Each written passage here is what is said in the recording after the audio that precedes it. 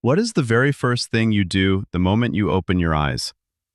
For most of us, it's reaching for that glowing rectangle on the nightstand. With eyes half shut, we scroll through notifications and peer into the lives of others before we've even fully greeted our own. Today, the smartphone has become an extension of the human body. We carry it into our bathrooms, to our dinner tables, and even into the intimate spaces we share with those we love. But at some point, a question inevitably creeps in. Am I truly connected?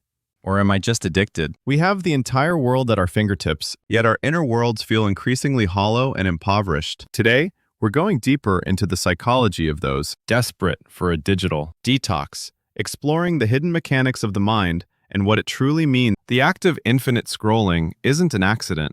It's a masterpiece of psychological engineering. The architects of these platforms understood a fundamental truth about the human brain. We are hardwired to crave variable rewards. Every time you swipe down, there's a micro moment of tension, a split second where you don't know what's coming next. And when you find something you like, your brain releases dopamine. This is the exact same mechanism used in casino slot machines. Over time, our brains become desensitized to this cheap dopamine, making the quiet, subtle joys of real life feel dull and uninteresting. Psychologists call this dopamine hijacking. Your brain is essentially held hostage by artificial stimuli, stripping away your ability to regulate your own attention. Those who dream of a digital detox aren't just tired of their phones, they are instinctively reacting to the unsettling, feeling that their minds are no longer under their own control. In the past, people lived their lives.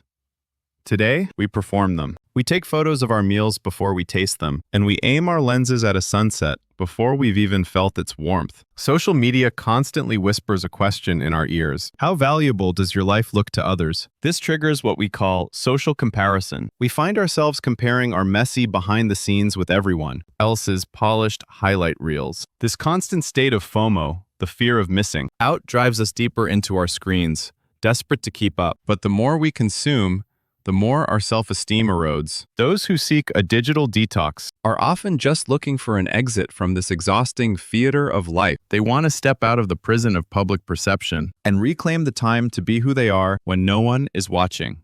Let's take a step back in time. Before the era of the smartphone, what did we do while waiting for a friend or sitting on a bus?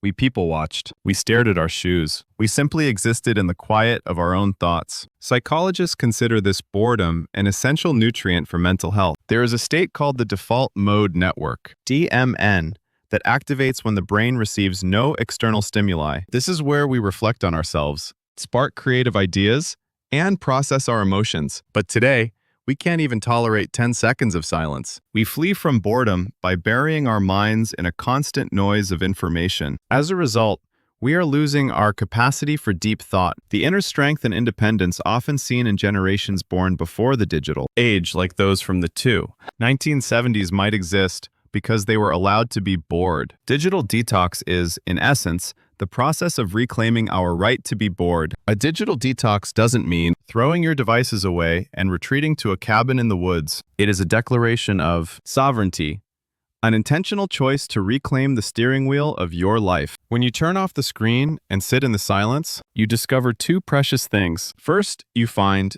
presence. You notice the tone of a loved one's voice, the aroma of your coffee, the sensation of the wind things the screen can never truly capture. Second, you find agency. You stop being led by an algorithm and start deciding for yourself what to see and what to think. How much time in your day is truly yours? Tonight, try leaving your phone in another room just 1 hour before bed. It might feel uncomfortable at first, but once that anxiety fades, you'll start to hear the one thing that's been drowned out by the noise, your own voice. Real connection isn't measured in bars of Wi-Fi, but in the depth of your presence. What is the real moment you hope to find when you finally put the phone down? Let us know your thoughts in the comments. I hope this video makes your day a little quieter and a lot more solid. This was Revers Hub. Subscribe and like to add a little more space for insight in your life. Thank you.